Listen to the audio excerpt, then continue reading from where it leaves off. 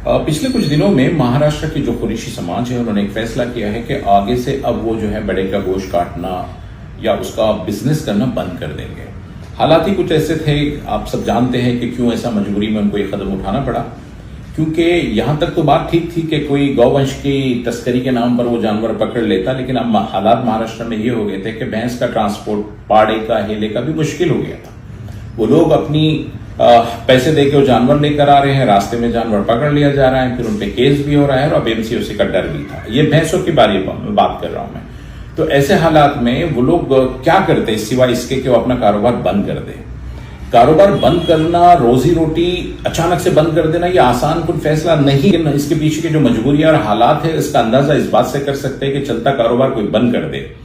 अब अगर ये कारोबार वाकई बंद रहेगा तो इसका असर महाराष्ट्र के इकोनॉमी पर और खास करके किसानों पर क्या होगा, उसका एक छोटा सा एग्जाम्पल आप ये समझिएगा कि महाराष्ट्र में रोज 5,000, जो छोटा सा एक अंदाजा है कि 5,000 जो है बड़े के जानवर कटते हैं, उसकी एक कीमत 20,000 हो तो पर डे के 10 करोड़ रुपया और महीने का 300 करोड़ रुपया। ये सिर्फ ट्रांजैक्शन है जो जानवर की खरीदा और फरोख्त के मामले में है। और 300 करोड़ का 92% जो किसान है महाराष्ट्र में वो नॉन मुस्लिम्स है। मतलब सीधा 300 करोड़ का 92% जो है किसानों से उसका सीधा संबंध है। उसी तरीके से 800 जानवर सिर्फ औरंगाबाद में कंपनी को भैंसें दी जाती हैं।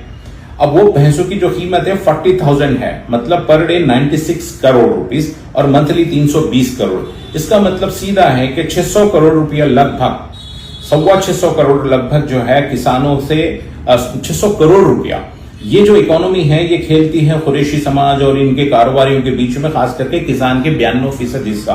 और ये उस वक्त है जब महाराष्ट्र में सिर्फ जनवरी से मार्च तक जो है 767 किसानों ने आत्महत्या की है। तो अगर ये कारोबार वाकई बंद हो जाता है जैसा कुरैशी समाज कह रहा है तो 600 करोड़ रुपए का इकोनॉमी जो है महाराष्ट्र के किसानों से जो जिनका डायरेक्ट संबंध है वो खत्म हो जाएगी।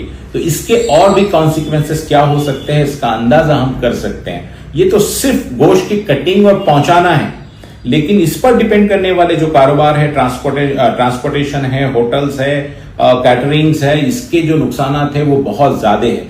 इसका असर ये होगा कि सारे चिकन, मटन, सब्जियां ये भी बढ़ेगी, जिसका मार तमाम लोगों को होगा। जो गरीब आसानी से जो अच्छा प्रोटीन जिनको मिलता था वो मिलना बंद हो जाएगा।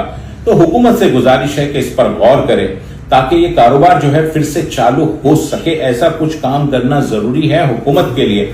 मैं ये नहीं कह रहा है कि जो गैर कानूनी है उसको प्रमोट किया जाए, लेकिन